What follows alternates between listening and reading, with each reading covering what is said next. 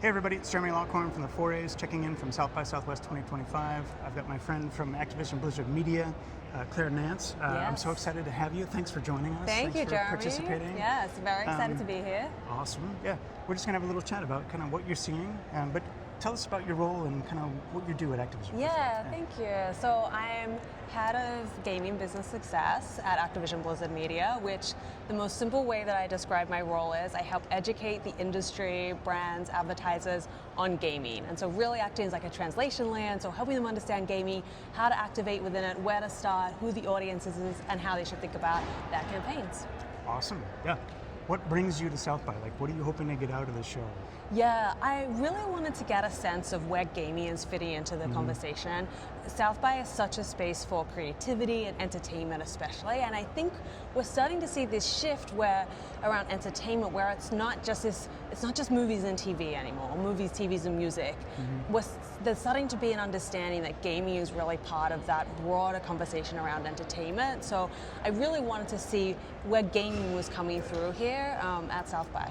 Yeah, awesome. What has caught your eye over the last couple of days that you've been here? Like, from a trend perspective, like, what do you see emerging that's interesting? Yeah, I think, there's a real spectrum for me. I think that's what's been really interesting. We're seeing a lot of the big entertainment companies that you would expect and the big kind of, TV show launches and movie launches, which, is exactly what you expect at South by. But you're also starting to see things that maybe you wouldn't traditionally think about and associate with South by. More consumer products. Definitely the technology piece I think is a really big conversation. Yeah. But starting to see how brands are thinking about how can I activate at South by even if I don't fit into that neat kind of entertainment bucket. So what about from an agency perspective? Like, are you seeing agencies showing up here? Like, what are they interested in? How are you communicating to them about the opportunities that your platform provides? Yeah, I am, and that's one of the reasons why I think South by is really important and why we wanted to make sure that we were here to be part of it because, advertising agencies, they're at the heart of, creative and innovation. And so they're going to be at somewhere like South by to understand what is going on and what the conversation is. So for us, a really valuable audience and someone that we want to be speaking with. And, I've had a lot of really good conversations with folks today, again, talking about that lens of entertainment and how gaming really fits in there and thinking about gaming and entertainment as we think about attention. And attention is such a buzzword in our industry at the moment. And you know what really captures attention? Entertainment and gaming. So there's a lot of kind of natural conversation I think that's happening there. Yeah, and gaming is such an interesting platform versus sort of lean back entertainment, right? Yeah. Gaming is so much more immersive and so much more participative. And when it comes to attention and engagement, right? Like, you can't argue with the fact that like I'm glued to the screen because I'm playing this game. Right? I think there's this idea with attention where you want to be disrupting and breaking through and really kind of like pushing. Whereas with something like gaming, which is, as you said, like really immersive, you've already got the audience's attention. Yeah. So for brands, it's not about trying to break through and disrupt. It's actually about how do I stay engaged with an audience when we've already got their attention in a way that's really seamless to the environment that we're in. Yeah, amazing.